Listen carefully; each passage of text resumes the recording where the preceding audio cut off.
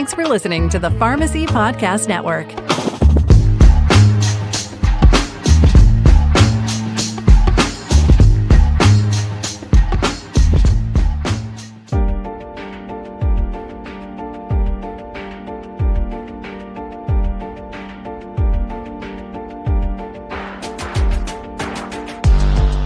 Welcome to the PBM Reform Podcast, where we dive deep into the world of pharmaceutical benefit management, cutting through the noise to uncover the truth. Since 2019, we've been your go-to source for the latest on how PBMs impact patient care, drug pricing, and the very future of pharmacy. Here, we champion the role of pharmacists, the most knowledgeable advocates for medication safety and expertise.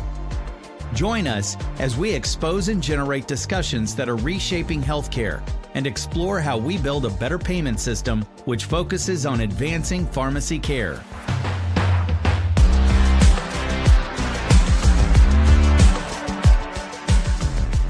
Well, welcome everybody to the PBM Reform Podcast here on the Pharmacy Podcast Network. My name is Breck Rice. I'll be your host today.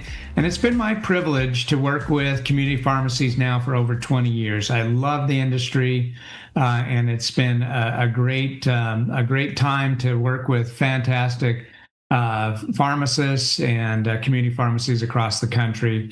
And today I have the honor and privilege to speak with one of those PharmDs, and someone that I've been following a lot of their posts and seeing what differences they're making in the industry. So welcome to the program, Dr. Jim Kirby. Hi, thanks, Breck, for having me. Yeah, so I think most people know who Dr. Kirby is, but you're the Chief Commercial Officer for Kroger Health.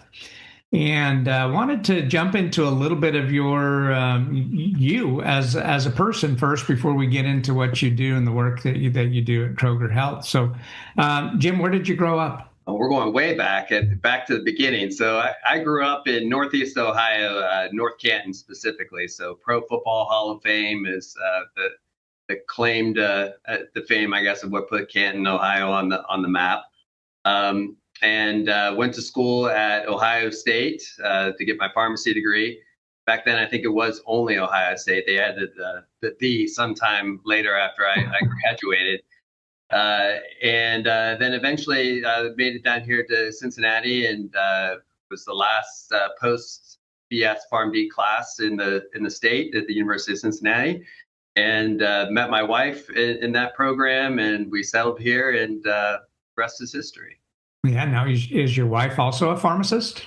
She is. She is the director of ambulatory care at Mercy West Hospital. Okay. Excellent.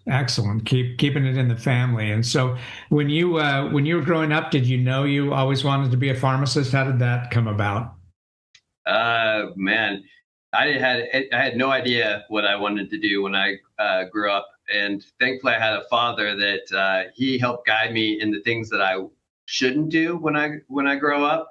And so I was like, I want to maybe be a psychologist. And he's like, well, how long do you have to go to school for that? And what are you going to do with that degree? And, I've got people that have psychology degrees that work in the paper plant with me, or they drive truck. And so you don't need to go to college and go into all this debt to do that. And I said, well, what about, being in sociology? And he's kind of like the same sort of argument. So he was really pushing me to think about the financial health of my future and getting into a career that would allow me to be out of debt from student loans, but also be able to contribute back to society. So I ended up still pursuing psychology classes for a time at Ohio State, and had a biopsych class, and I loved learning about the action of neurotransmitters in the brain and how that influenced depression and anxiety and all those sorts of things, and ended up landing in pharmacy school. But the kind of interesting part was even though I was very interested in pharmacy, I went to pharmacy school and I never had my heart set on practicing pharmacy, that I would practice law, and I was just going to graduate with pharmacy degree just to get me into law school. But that didn't end up happening either. And again, I think I can attribute that back to my dad as well. He said, well, what are you going to do with the law degree? And how much more years of school is that? And how much more debt you're going to be in? And so that kind of aided me. And I had taken the LSAT, got into a couple schools, but it was really during the time I graduated, I still had to finish some grad intern hours, and I worked at CVS. And I had never worked in a community pharmacy before. All my intern hours were at a hospital. And that's really where I fell in love with pharmacy again, just dealing with all the craziness of the public. I thrived on it. I thrived on interacting with people and getting to know them a bit more. So that combined with my dad's advice not to pursue law, it's like, if I go down that path, law is going to supersede anything with pharmacy. So I think I'm going to stick with pharmacy, and then ended up pursuing a PharmD down at UC. Yeah. So did you grew up with siblings? Were you only child? I have a younger brother. He's in the food business. Okay. Did your dad give him as much counsel as he gave you? And I don't know. I think he got off a lot easier. Yeah, those younger kids. I'm the youngest in my family. They get away with everything, right? Yeah. So, well, do you think it was your father who influenced you most growing up, or what was your major influence growing up?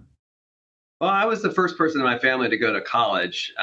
So I would say he was probably one of the major influences in my life. And also I had a very tight group of friends that we all went to Ohio State together, and then we all stay close. And one of them is also a pharmacist. He graduated the year after me. And the other two guys do very different things and live in different parts of the country. But we were pretty tight. And so that was, I would say, very formative in my early days as well, having those relationships. Okay. Yeah. Did you grow up playing sports? Were you in music, acting? What were your extracurriculars? No, I did a little bit of acting, but singing definitely was not for me or for anyone else that would listen to me.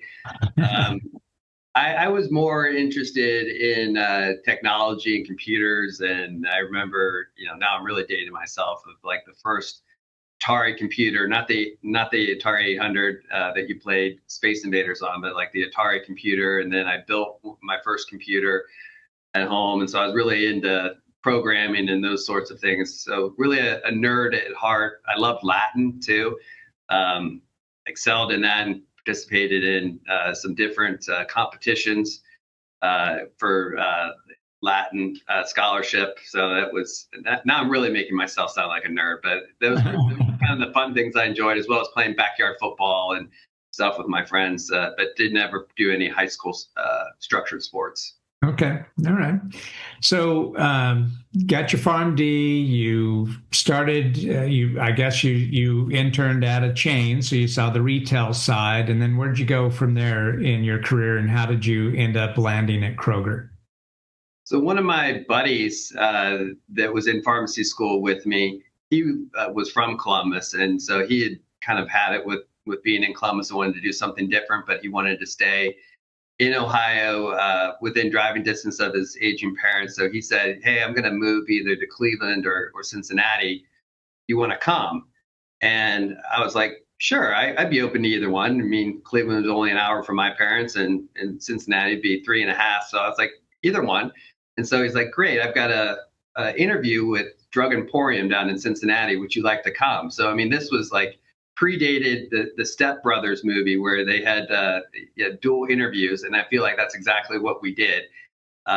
Interviewed together for jobs. And because I had worked at a CVS with a drive-through, and Drug Emporium was opening up a brand new store format that was focused on holistic care, supplements and vitamins, that they much bigger expanded set that they normally had.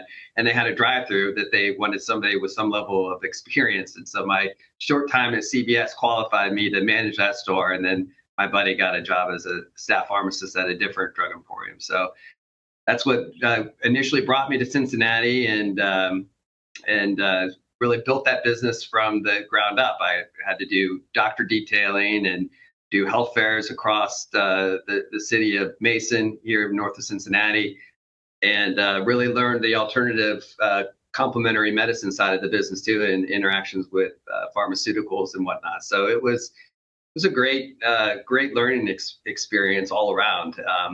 And then I ended up going back, as I said, and got my PharmD from there. So I was very fortunate to be given those kind of amazing opportunities that one thing led to another. Yeah. So, Drug Emporium, are they still around today? Are they been acquired? What's the status?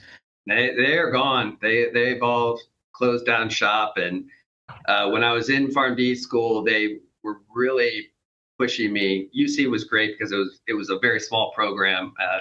Only 14 were in my class, and then we had the track in PharmDs that were coming in. It's just the advent of the all PharmD curriculum.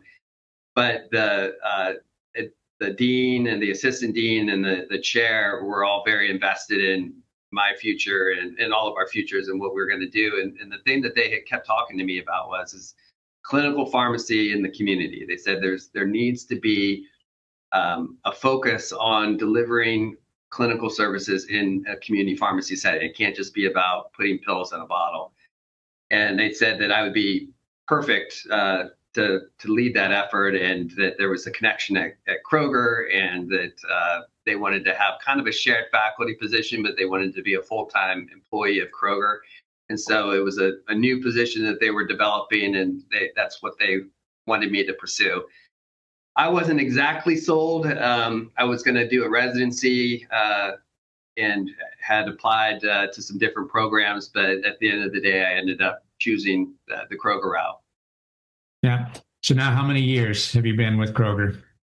Let's see. This will be about 24 years 22 years over a 24-year period. I actually left Kroger in the middle there and helped start Anthem Specialty Pharmacy that was called Precision RX Specialty Solution. And it was a subsidiary of their PBM, NextRx, and did that for a couple of years. And the business grew as we were bringing in all the WellPoint plans into the specialty pharmacy world. And we relocated to Indianapolis, and I was commuting back and forth for a while. And I had an offer to move, and determined that my wife and I were starting a family here, and we didn't want to relocate to Indianapolis. So I did that for a while, and then eventually came crawling back on my hands and knees to Kroger for a job, and started back in the division office again, and seeing patients in some of the programs I had started the first time around, and then ended up then managing those programs, going into the division office as the clinical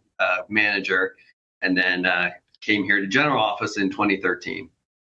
Okay. Yeah. Great career and long time with a great company, and worked your way up the food chain now to chief commercial officer there. And so tell me exactly what is your stewardship then, as that's pretty a broad title, right? Chief commercial officer. So what are your actual stewardships? Yeah, and it's evolved over the course of time. I would say that, kind of like what I had described in my history, my overall broad charge is, how do we advance community pharmacy practice and have our pharmacists and our technicians delivering care at the top of their licenses, and putting the patient at the center while we improve outcomes at a lower cost. Now, what does that mean for me specifically in my remit on a day-to-day basis? I'm in charge of the innovation and research. So what are the things that we need to be developing and thinking about for the next 3 years that are coming down the pike? I am in charge of professional affairs, so our relationships with universities in particular, as well as nonprofits and trade associations, professional associations. I have responsibility for our PBM. I have responsibility for our Food for Health initiative, and then our business development and strategic partnership team. Okay. Well, we want to jump into the PBM side here, because you are listening to the PBM Reform podcast series here on the Pharmacy Podcast Network. And so we wanted to learn more about Kroger's, your own solution to pharmacy benefit management. So tell us about your PBM. Sure. So it was started, I have to go back, I think it was started in 1997. and it may even be earlier than that. I may have that year wrong, but it's been around for a long time, and it was created primarily for the purpose of serving our own associates to start. And Kroger is organized. We have about, give or take, 450,000 or so employees, and some of those are managed underneath the consolidated benefit, and then some of them are called non-consolidated, which are like the Taft-Hartley union plans. And we've got about 150,000 lives or so that are underneath that consolidated benefit plan. So this is your management group, your store managers, your general office and corporate folks fall underneath of that. So the PBM started with managing benefits for that consolidated group. And then just like with any other employer, you have to win lives with the Taft-Hartley groups. Even though they're supporting Kroger, they may also be supporting other companies as well. Like the meat cutters may have different retailers that are in that union group.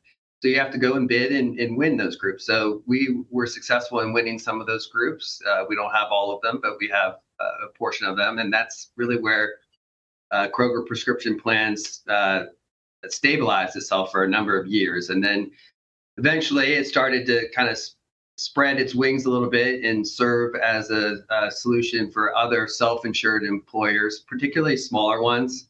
I would say our clients range anywhere from, small as maybe 50 to, the size of the Kroger company is our largest client. But those small companies that really needed to have or wanted to have affordable benefits for their employees, but not have to go fully insured, this was a really nice option for them. And so we've grown now to, about 90 different clients, I'd say, in addition to our own Kroger employees, and that's who we service. Yeah. Okay. Excellent. And what do you think differentiates your pharmacy benefits versus a big one of the big three that everyone hears about? The Optums, Express Scripts, and Caremark. Yeah, I think that there's a lot of anti-PBM rhetoric that's going on in the industry, and there's a lot of movement towards reform, and I am certainly for reform. I mean, given my history as a community pharmacy leader and innovator, I would be a hypocrite if I didn't think that there needed to be some reform in the PBM world. But I'm also not to the camp where I have my torch out, my pitchfork, and say PBMs are the devil and they need to all go away. They perform a necessary service in allowing pharmacies to electronically adjudicate and receive real-time payment for prescriptions. They've just gotten, maybe a little bit out over their skis in the way that they try to make money and create value to their upstream plans and take value from their lower stream providers, aka the pharmacies.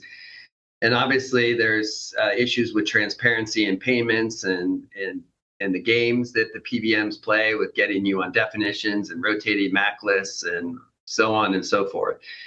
And so I would say that PBMs aren't evil, Breck, in and of themselves. I think some of the practices that they typically use to create profitability for themselves or value for their clients is where the issue really lies. So we want to be above all of that.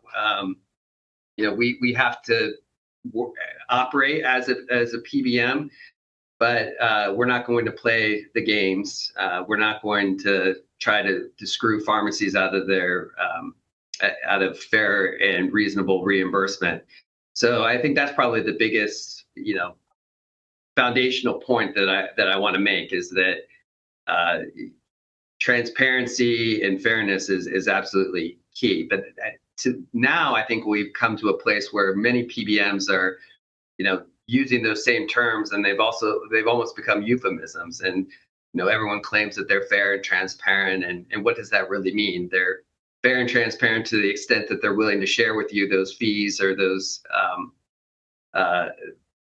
ways in which they calculate reimbursements and those sorts of things. But are they really? That's really the question. So what we're trying to do is really change the game, and not just by paying pharmacies fairly, but also getting pharmacies to do clinical interventions for our clients and selling our clients for the ability of what pharmacies can do for them to reduce drug costs, but also to better manage outcomes.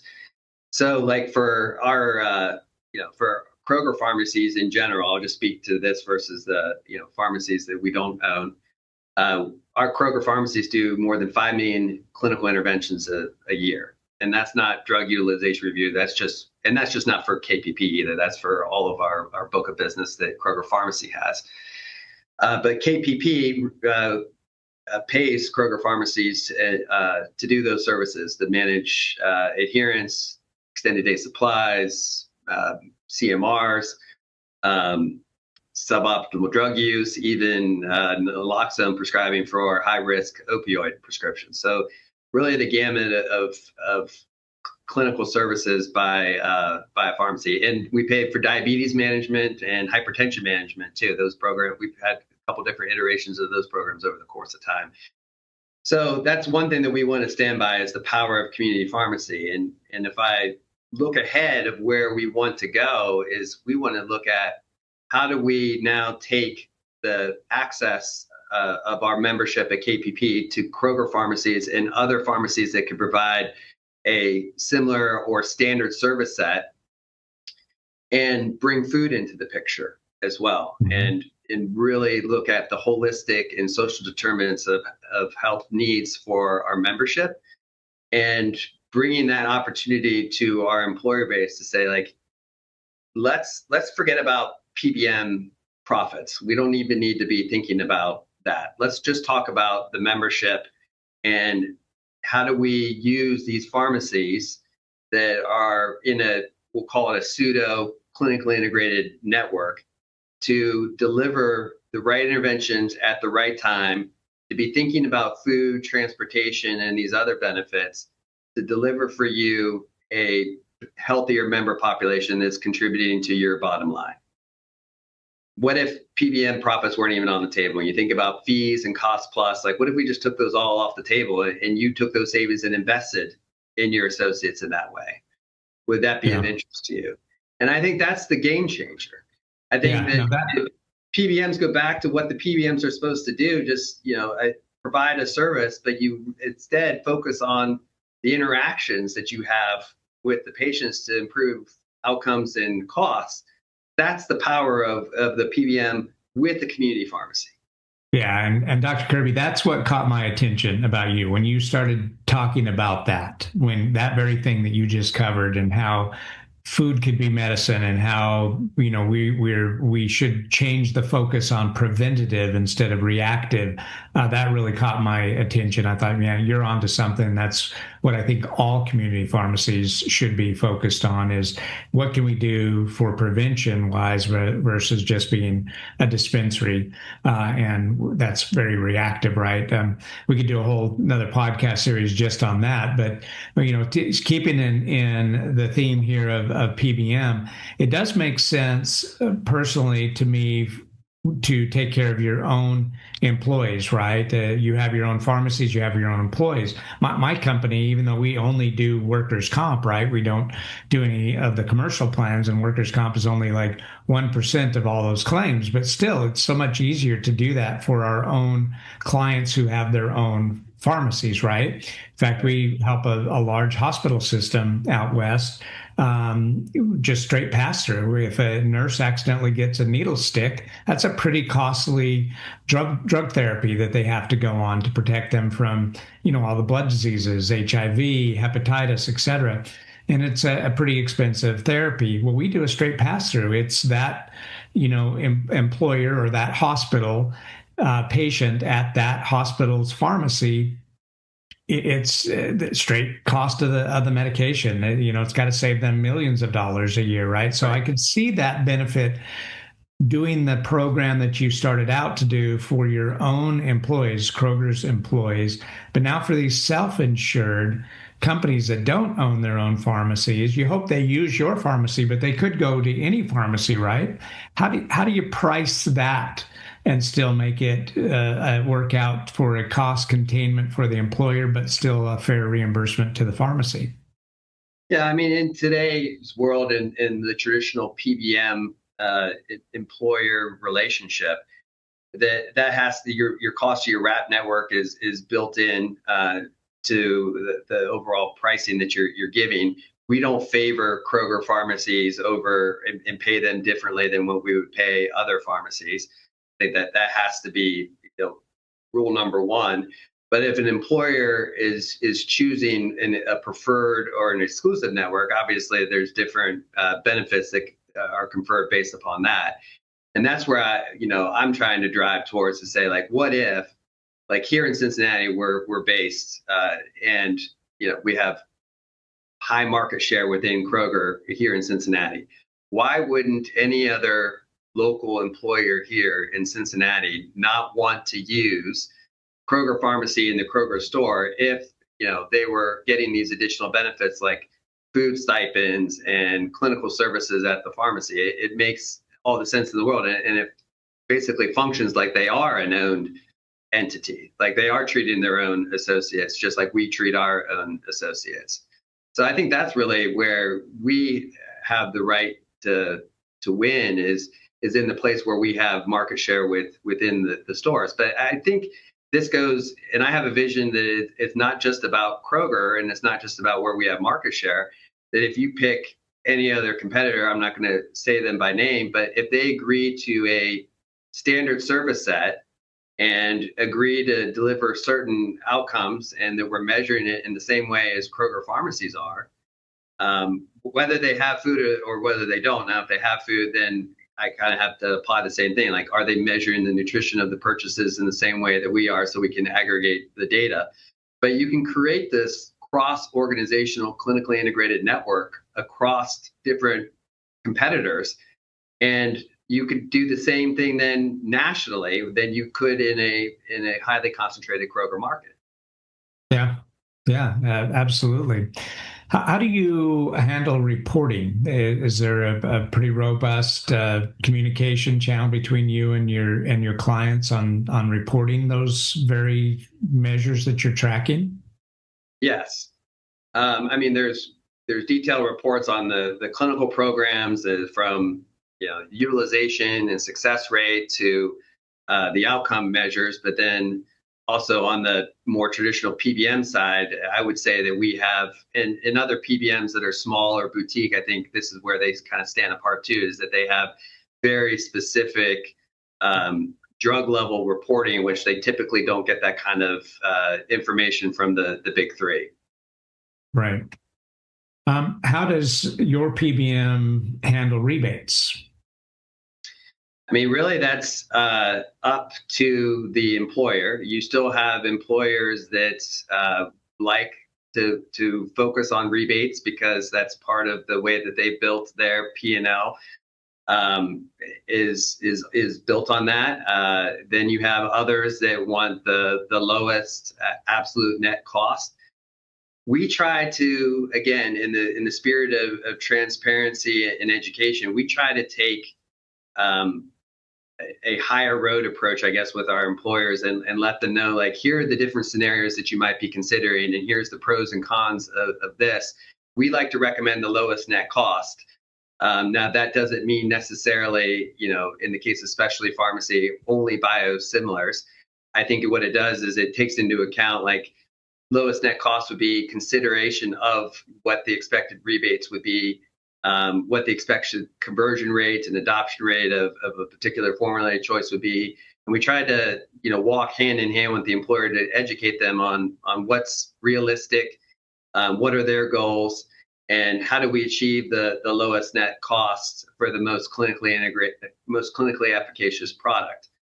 I think that's really the key. But we've tested the market, and the games that are being shared with employers are really heartbreaking, that they'll put in all sorts of guarantees and assumptions that, the GLP-1 growth will go by 100%. And it's, these different things, that assumptions that maybe an HR leader doesn't fully have the awareness or understanding whether that prediction or those guarantees are going to be real or not. But when we look at them, we're like, this is insane. We're not gonna play these games. And we try to look and price where it's going to be in real time when we would have the business versus, looking at claims files that are 2 years old and making assumptions that are outdated or just altogether wrong and trying to win the business based on that. We're trying to win the business based on reality. Yeah. So with that in mind, then how do you handle formularies? It sounds like there's a lot of consultation to try to get to the lowest cost. But formularies can come into effect where you're also trying to provide the best clinical solution as well. Yep. Well, clinical is always first, and so we have a P&T committee that's made up of physicians across the region in different health systems and different specialties, so that we have a good representation within each therapeutic category, and they'll review our formulary pharmacy team will present information to them on a quarterly basis, and they'll review all the clinical data and make recommendations. And then we apply the economic assessment of how this will affect rebates and overall net costs of the formulary within that particular condition. So it's definitely a balance. Clinical is always first, but it operates very much like a hospital P&T where you have the clinical and then the value assessment. Okay. And can your clients see a complete list of the formulary? Yep. And there's different formularies that they can choose from. Okay. Excellent. And then so I'm glad that you mentioned that